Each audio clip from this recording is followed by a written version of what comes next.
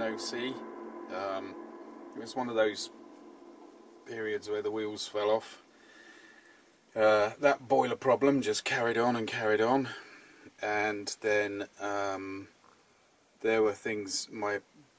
I'm caring for my parents, and both of them need various mechanical devices, and we got given some new ones, and they were broken. They were you know,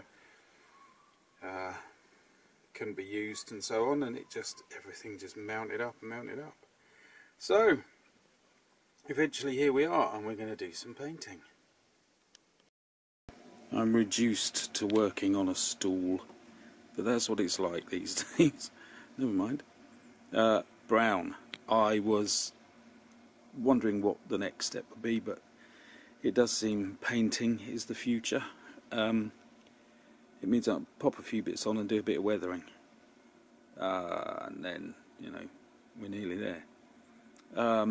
What else? Oh yeah, I was looking at the camouflage, and it's all very odd, and I was reading, no I wasn't, I was just generally reading about this aeroplane in some of my little books, and at least one, if not two of them, was saying how the hurricanes were sent over from what in effect was the Western Front.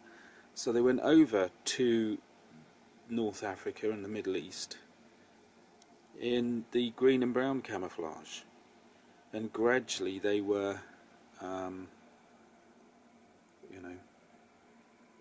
desertified, and a lot of it was done on the spot, and some of it was even done by hand with paint pots and brushes.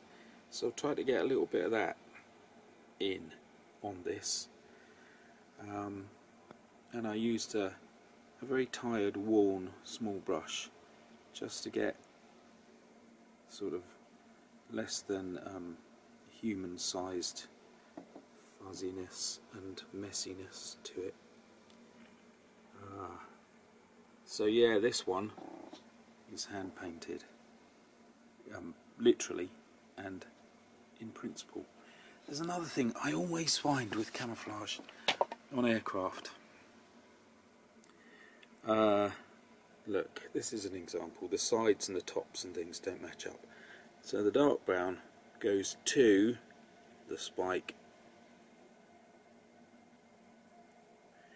but on there it seems to go over the point where the spike is, just by a bit. But it could make quite a lot of difference. Also, this is more to do with foreshortening and perspective. You have this dark brown here looping back, but there's no sign of a loop there. And that area cannot be sitting that far down on the nose and loop. Look at how it drops towards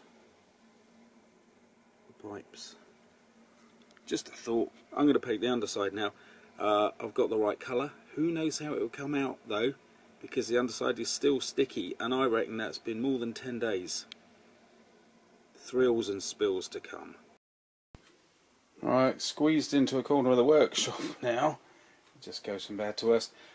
One of the things about the boiler is it's in a cupboard that's like where all the dry food goes, so we were living out of boxes for a fortnight because we had to box everything up. But anyway, here we go. I want the underside nice and rough, and that's coming out the way I like it. Just one thing, I forgot to do the tail. So with that, I'll draw it to a close and say thank you for watching. For now, there'll be another part shortly. And who knows, I may have painted the tail next time we see this one. Is it drying? Yes! After all that, we've got a dry underside. Fantastic. But I'm just gonna, you know, let everything settle for the night. There's the night, you see. And then what? I don't know. I just realised